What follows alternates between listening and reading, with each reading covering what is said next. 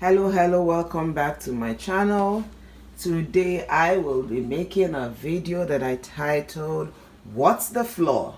Okay, I will be showing you all my different floor options, but before then I'm going to tell you a history of why I started it all. When I started the ketogenic diet, fufu, or what we call swallow, is a staple of the African diet, especially in Nigeria.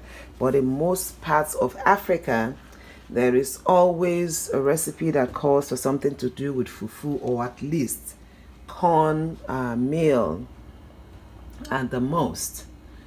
So the options that were readily available to me then was mostly the cabbage or the cauliflower and the eggplant. And then the process of always having to blend it to save it before I could make my fufu became tedious, especially when you're busy, you come back late and you're hungry. So I thought of a way to make it easier on me, to make life easier, to make keto easier, enjoyable, because when you do something that puts a strain on your lifestyle, it becomes difficult to continue, especially in the long run. And then I started this and then I decided to share my ideas with people who I believe it's gonna help. So today I will tell you and show you the different flour options that I have and why I have them and how you can use them. When it comes to keto baking, the almond flour and the coconut flour has been basically what has been known to be used. But even in keto, some people are allergic to nuts. So what do? But I know you will hardly see anybody who is allergic to vegetable. So I decided to and since I have a garden, I plant a lot of vegetables. Sometimes I have surplus. At the end of the year, what do? I started dehydrating my vegetables. I use this in cooking my soup and stews. It is easier to preserve it like this than to cut it up and freeze it. Let me start from the almond flour, which you all know. Okay, that is my almond flour. Now this is my cabbage flour. It's really easy. You just cut up your cabbage, you dehydrate, you blend. Maybe dehydrate again and blend the powder once again. That is my pumpkin flour. This is the inside of the pumpkin. I have another, I can't remember where it is now, of the skin and the seed. I made separate. That one has more fiber in it and more whatever. But this is the inside of the pumpkin. I have my veggie flour here. If you look at it, you will see that there is a difference in the colors, because this is more of the leaves and this one has the stem when I am dehydrated and blended. This is my eggplant flour. This is my eggplant flour. Okay.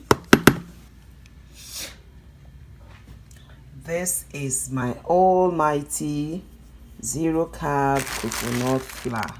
The zero carb coconut flour. This is the zero carb coconut flour. This is the acorn squash. I dehydrated this one whole, the seed, the skin, the pulp, everything. I dehydrated and blended together. Now this is what I call my wheat fiber. It's actually wheat, my wheat fiber. I make it from unprocessed wheat bran. Then I process it the way I do my zero carb coconut flour. I get out, it has this one has 10 grams of carbohydrate, 7 grams of dietary fiber, and 2 grams of protein. But when I'm done with it, it basically doesn't have nothing left, because I take all of those out and I just have the fiber, which I like, because I like what it really does in my system when I eat it and I need to use the bathroom. But also It's also a good alternative in your baking. If you want to, like, you want something like a wheat bread, you can mix this in with your flax meal and you get a replica, a texture of a wheat bread. This is not a flour yet, but this is rutabaga. I dehydrated it like this because I'm sending it down. We don't have this in Africa, so I basically just cut it up, dehydrated it. I want to send it down to my mother, you know. So, but I can also make this a flour if I want. It's just for me to blend it. So you also know there's an option of also making this a flour if you want. And the smell is like basically very neutral. But one thing you should know is you can basically make flour out of anything and anything keto approved that you know you can dehydrate. I equally made what I called my green veggie smoothie powder. My green veggie smoothie powder. I just basically put it in whatever I need. I use this as a base, put it in whatever I need to put it in, blend it up, and I have my green smoothie ready on the go. It really saves me time. Most times I buy vegetable, it's either you buy it frozen or fresh, and if you buy it fresh, they don't keep as long. You might not want to drink your smoothie every day. What do? It's either you pack it up and you freeze it, or you keep it fresh and they tend to go bad easily.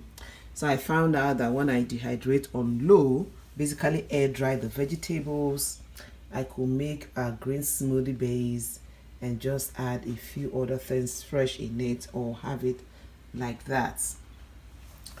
So this is all about my flour, but the most important thing is this coconut, zero carb coconut flour is very, very important in case you want to use any of those baking options. It's either you're using this, you're using the wheat fiber, or you're using flax meal. I don't really use any of these veggie flours on their own. I always tend to mix it, especially the cabbage. It has a very, very strong taste, and because it is dehydrated, it is concentrated, the carbs are more. So blending it with something that doesn't have carbs will help bring down the carb counts one. Will helps give you a better bake or a better whatever you're doing, if you want to use it like that. But I don't use it like that. The smell, the taste is no. You need to bring it down a notch. So I hope you have seen all the different options. I also do tomato powder, pepper powder, anything I can dehydrate, I dehydrate, and I think I am enjoying it. So thank you for watching. If you like my video, please share, like, subscribe. If you have not subscribed, you don't like it, gives it a thumb down, doesn't really matter. Just know that we are all out here to keto together and make the world a healthier place, one person at a time. Until I see you in my next video, bye for now.